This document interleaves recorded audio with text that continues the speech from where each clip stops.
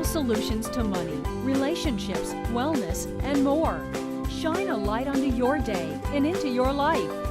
Power Your Life with Dr. Joanne White.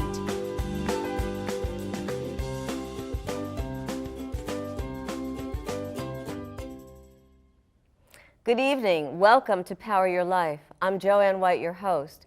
Let's begin tonight with a topic that's private and often considered very taboo, and that's sexual performance. Sexual dysfunction isn't uncommon, and yet it can cause relationship problems. What if you could increase sexual pleasure for you and your partner? Do you desire more intimacy in your relationship? Tonight we have sex therapist Dr. Debra Laino to have answers for us and aphrodisiacs. Welcome, Dr. Laino. Thank you for having me. This is going to be exciting. Yes, We're going to get down and dirty. We're going to get a little down and dirty. We'll see how down and dirty we get. So let's just get right into it. Okay, so many people have problems in the bedroom and have problems with their sexual partner. So what causes some of those problems? So there's a whole host of things that can cause sexual problems and sexual dysfunctions. Everything from societal messages to health issues to anxiety disorders to mental health disorders, relationship struggles, anger issues, trauma issues. I mean, the list goes on and on and on, which is why, so many people have, sexuality issues. So let's say they have these issues. What do they do about them? What do they do about them, not just in the bedroom, but in terms of really helping their relationship? Sure. So I think, there's so many issues that can cause sexual issues, but let's just take it on like a real kind of general approach, and let's take it from an intimacy approach, okay? Like things that couples can do to, bring more intimacy into their relationship, okay? So one of the primary things with regards to relationships, and one of the things that I see happen to stop after long-term relationships is touching, okay? Even things as simple as massaging. Like as cliche as that sounds, like massaging and setting up a scene, right? There's nothing worse than making love, if you will, in like a cluttered bedroom, okay? Or a cluttered, who the hell wants to do that? So make your bedroom space nice and pleasant and calming and attractive. Yeah, it's calming. I light a damn candle, right? I also hear from a lot of people, actually a lot of women, that if my partner would only have verbal foreplay or start that beforehand and not kind of just jump in the bedroom and expect me to be sexual and ready. So what do you tell people? There is a trick for women, okay? And it is not jumping right into the activity. When we look at studies, on average, it takes roughly 20 minutes for a woman to actually become aroused before she could really even entertain the idea of having, a sexual experience. So there needs to be a lot of just physical touching and, verbal foreplay. I'm a big fan of, sexual behavior starts several days before a sexual act. Did you hear that, folks? Sexual behavior starts much longer, right? Yeah, and the ladies are going to love me. Notice. Ladies love me for this, guys hate me for this. So let's say that people have done that. What do we do in the bedroom? What do people need to do to actually have better sex? Let's just get a little down with that. Okay, so, well, first of all, I want to talk a little bit from a physiological perspective, okay? And this is a little tip that I give everyone with regards to lubrication, okay? And using coconut oil. Extra virgin coconut oil. I'm big on organic. You can get that anywhere, right? I mean, yes. You can even in your drugstore, in your supermarket. Absolutely, anywhere. And you can use it.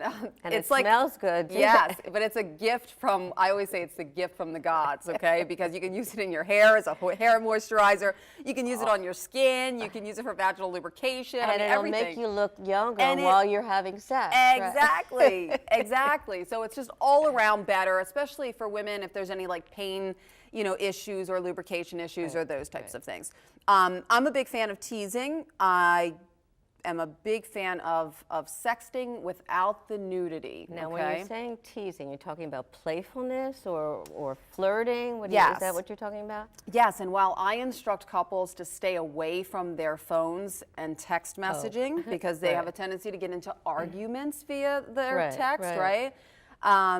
A simple, hey, you know, I got something waiting for you when you get home from work today is something totally different than having a total brawl on the darn text messaging. So that kind of playfulness that continues all throughout the day, or again, maybe a few days before to get everybody primed and ready and looking forward to it. Yeah, so Friday night, I have you, you're all mine, you know, that kind of stuff. Okay, lead somebody on for, you know, a minute or two before you jump right in. Or a day or two, like you said. Okay. So that can be going on for some time, and people like to flirt. It's playful, it's fun, it makes you feel good, and it's getting your partner ready and aroused. Yeah, mentally, you got to get aroused mentally, right? Yes, I always call this priming the pump. You have a book that's coming out in April.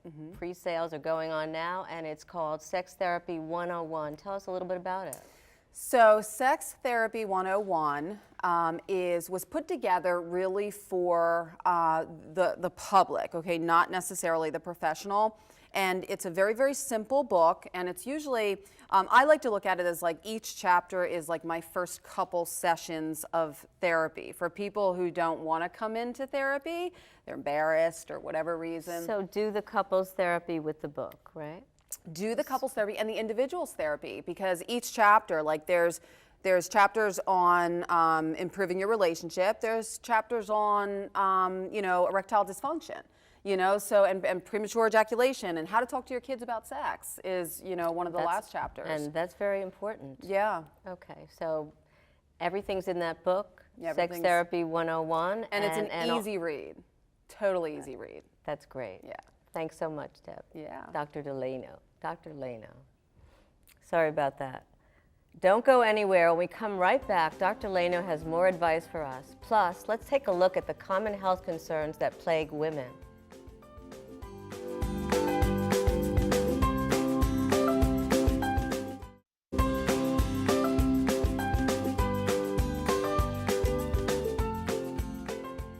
Welcome back to Power Your Life. We're here again with renowned sex therapist Dr. Debra Laino, and she's given us insight to enhance our relationships both intimately and sexually.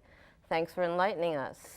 Oh, you're welcome. Now, we didn't cover our aphrodisiac, so tell us a little bit about that. Okay, so. And then the naked date. Okay, that's when we're really getting down and We're dirty, going to do right? it. Yeah, we're ready for it. Okay, 3 aphrodisiacs, you know, bing, bang, boom, real quick. First of all, something that everyone has heard of, but nobody seems to do. Exercise, exercise, exercise, okay? That's an aphrodisiac. Absolutely. Well, it makes you feel good about your body. It makes you feel good about your body. It releases endorphins. So it works on the physical piece and the psychological piece. So do it before, race around the bedroom. Do it before. Play tag, okay? Whatever you got to do to get your exercise, right? These days, it really is, because people aren't doing it. Right. 2 others, just quickly, that I'm really a big fan of. I'm a big fan of maca root powder. It's an Incan superfood. It balances the endocrine system, and it gives you energy, okay? Very good for you. So where do you get that? You can get it at like Whole Foods. You can get it at one of the, more natural places. I buy mine online because on Amazon you can get like anything for like ridiculously cheap. So when you say it balances the endocrine system, are you talking about for men and women? Because that's hormonal, Men right? and women. So it doesn't discriminate against one hormone versus another? No discrimination. Okay, we like it. Say that again because it went right at maca. Maca root powder. Okay. Yes. And then the other one that, many people have heard of is yohimbe. I haven't heard of it. You haven't heard of yohimbe? I missed that. Okay, no. Okay, so yohimbe is the bark of an African evergreen tree. Sounds sexy Sounds already, very sexy, right? Yeah. And it increases blood flow down into the genitalia, is the short of the long, in both males and females. And they use yohimbe. I believe they're even making yohimbe in some pharmaceuticals at this point. Amazing. It's amazing. Okay. And you can buy that at the health food store too. Okay. So the down and dirty part. naked days. How do people have naked days when they have kids, when they have pets, when they're aging and they're uncomfortable about their bodies? And many people make love with the lights turned off and the covers up, and you want them to kind of, what do you want them to do? You tell me what you want them to do. Just get naked. All right, so Naked Days started out as a therapeutic tool in my office, okay? And then I had it trademarked into Dr. Deb's Naked Days, right? And I still use it as a exercise. It's actually in my book, or I think in several of my books. But so if there are kids and there's not a whole day, all right, then we want to take it down to at least a couple hours. And the reason this is so important is because, first of all, when you touch someone's skin, and this is well documented in research, for 30-second increments, what do we get? We get oxytocin, right? We get bonding. Right. Okay, so we want to have some naked time. And naked time without any pressure too. So, it's not necessarily about, having it turn into something, but it's really about like connecting. So enjoying the touching, enjoying the nakedness, but what if somebody's uncomfortable with being naked? There are lots of people out there, as I said, that I can hear them saying, not me, I'm not gonna do that, she's crazy. Now I know you're not crazy. Yeah. Well, maybe a little bit, but no, I've heard it before, and it is something that we have to work through, okay? Because first of all, if people have body image issues, then that's another issue, and it needs to be worked through. We can't just say, okay, I've got body image issues, so I'm not doing that. No, we need to work through it. However, we're in a society that really promotes youth, and that beauty is really about youth, okay? And so people who are aging 40s, 50s and up are thinking, well, I don't have that kind of body, and it may not be, so are we talking about most of the population 40 and up who need to have to take a look at their body image? Absolutely. Body All image right. issues should be You heard it looked here. at all across the board, okay? But that aside, in the meantime, there's things that you can do, okay? And I think that that's important too, because it's a real issue. Right. So, putting on a negligee or something that covers the part of your body that you don't like is important. So we're talking about semi-naked days. We could do okay, so in the beginning, okay? And then we're taking it off. No. Okay? Yes, naked. So, that's, it's kind of one of those things where when you're with a partner, and they want to be intimate with you, they like your body. They've seen you naked before, okay? So it's not one of those things where it's like, we're going to go into Sports Illustrated magazine at 70 years old, though, hey, if they want to do that, why not? I would buy it. All right, so naked days try it is. Well, let's start with the semi-naked days, all right? That's important. Okay, and you're gonna try it, and then I'm gonna follow up with you. All right, well, we'll have a phone conversation. Okay. Give me a few weeks to kind of gear myself for it. Okay, all right, good. All right, Good so when deal. you're talking about naked days, though, what happens? So the kids have to be away. What happens with the pets? Because many people have pets that love the. I know cats that just love that energy. My dog. My cat. It is, I've got a gate on my bedroom door because the dogs, they want to be a part of it. They want to join the party. Yes. And speaking of party, we're out of time. Okay, so get the dogs out. That's the end. And the cats. And the cats. And the iguanas. And whatever's going to come into that bed, get them out. Have your naked day. Thanks so much. You are very welcome. My pleasure. Coming up is Top Doc, Dr. Sheryl Ross, to talk about female health ailments and how to get your health right back on track.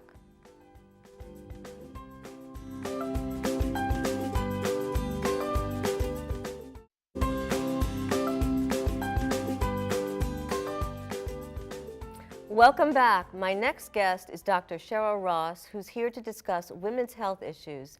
Dr. Ross is honored with a Top 10 Obstetricians and Gynecologists Award and looks at women's health beyond the examination room.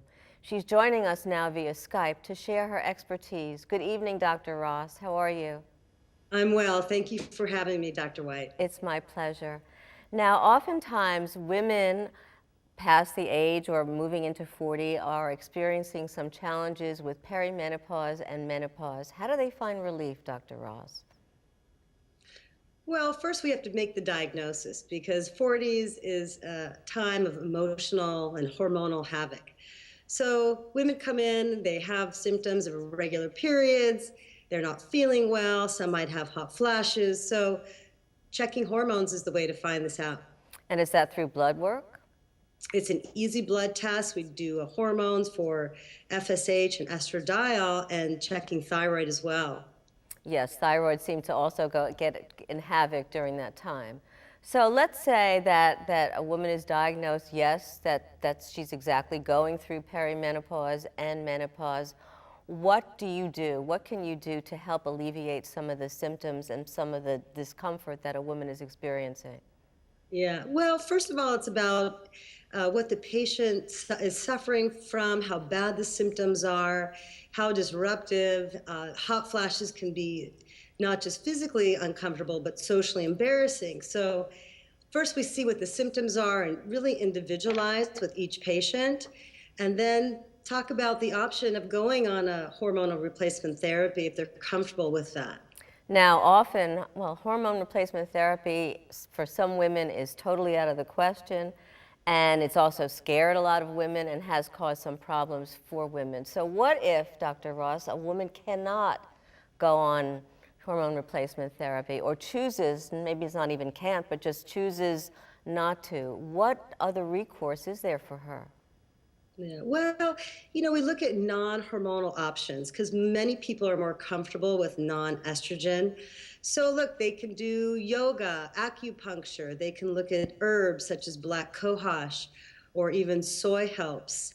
We're now looking at Prozac and Paxil, which are antidepressants that work wonderfully for hot flashes.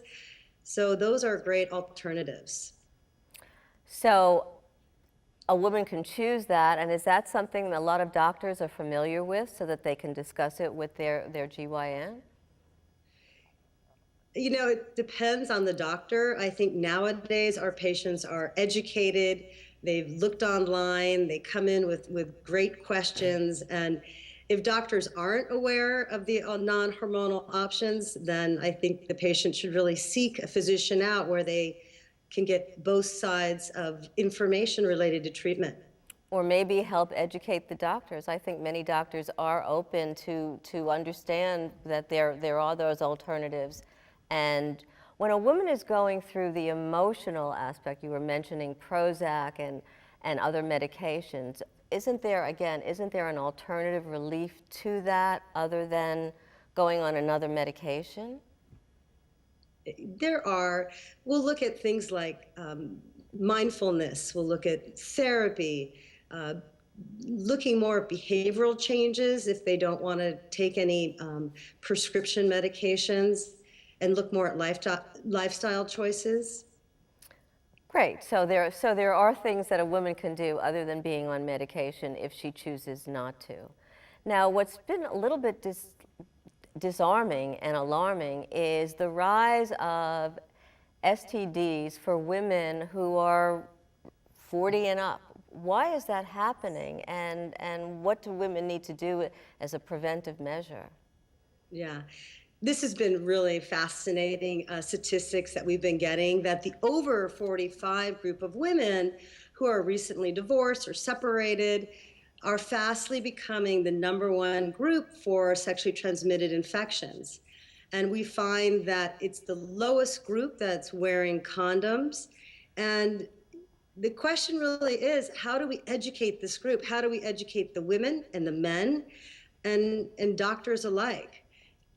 So women at this point are thinking, okay, so I don't need to worry about getting pregnant, and I'm more seasoned sexually and relationship-wise, and so they're not taking the care that they need to. Is that correct? That's absolutely correct. They know they don't need the birth control pill, and often they've only had one partner that they might have recently divorced. So they're entering the whole world of dating and Match.com, and now they are starting to deal with safe sex practices, which they've never really had to deal with in the past. So we have to educate this group of women and men on what to do now in regards to safe sexual practices. Great. So what are some health guidelines that you can give other than what we've been talking about in terms of STDs that can offer women good health and longevity in the process of aging? Well, I'll tell you, if women, sort of the 20 to 50-year age groups, were recommending getting yearly pap smears and routine exams by the gynecologist, that would include breast exams. Then over 40, we're adding mammograms, yearly mammogram screening that will continue beyond 50. And of course, starting at 50, in addition to all these other tests, we would add a baseline colonoscopy. Great. Thanks so much, Dr. Ross. Power Your Life. We'll be right back.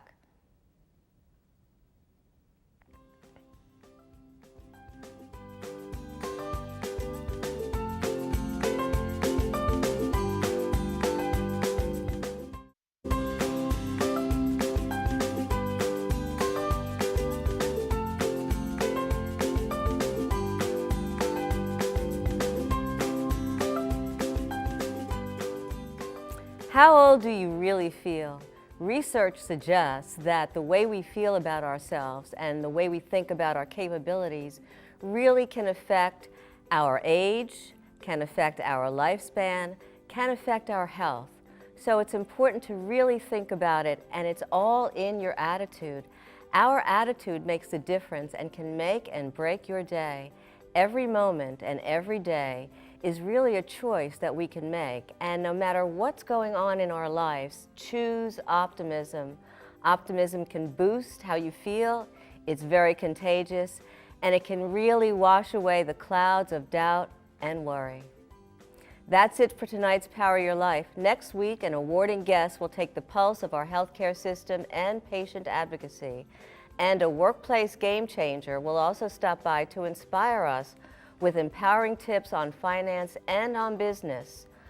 Hope to see you there. Remember that you have the power to not only power your dreams, but power your life.